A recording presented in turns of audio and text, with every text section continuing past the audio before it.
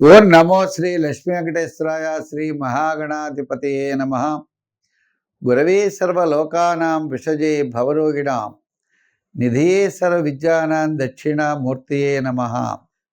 జ్ఞానానందమయం దేవం నిర్మల స్ఫటికాకృతిం ఆధారం సర్వ విద్యానాం హయగ్రీవం ఉపాస్మయే.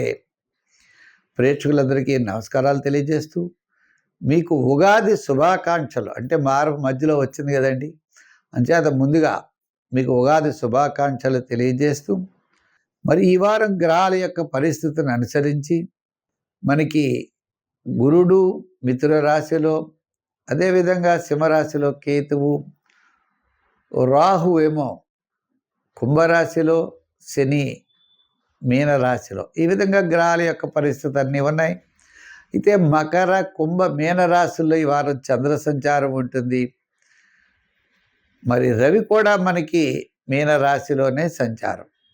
ఏదైనా ఈ వారం అందరికీ బాగుండాలని చెప్పి కోరుకుంటూ ఇంకొకసారి ఉగాది శుభాకాంక్షలు తెలియజేస్తూ మనం రాశి ఫలాలు ప్రారంభిద్దాం.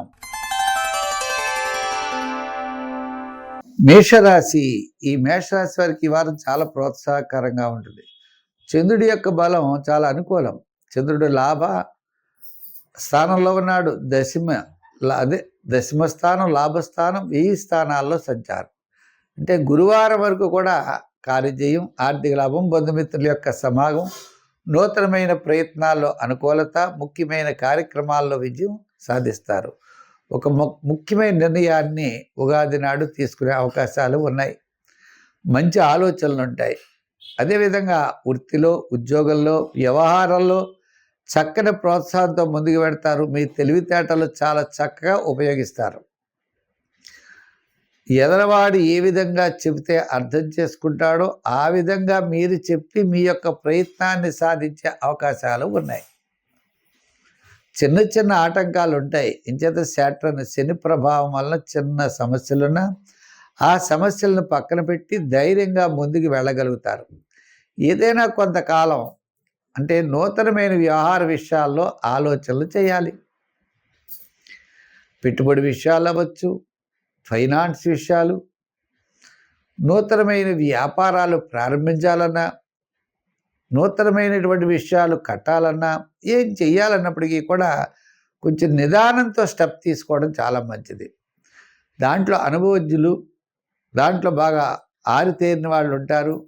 వారు సలహాలు తీసుకు ముందుకు వెళ్ళాలి తప్ప అన్నీ నాకు తెలుసని మాత్రం మీరు ముందుకి వెళ్ళకూడదు. ఈ విధంగా చక్కగా ముందుకి ధైర్యంగా వెళ్ళండి.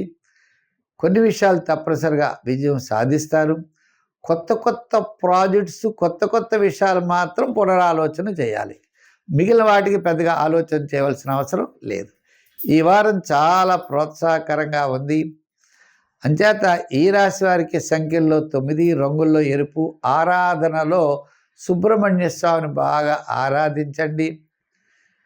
అదేవిధంగా దూరం నుండి శుభవార్తలు వస్తాయి. మంచి నిర్ణయాలతో ముందుకు వెడతారు. స్వస్తి.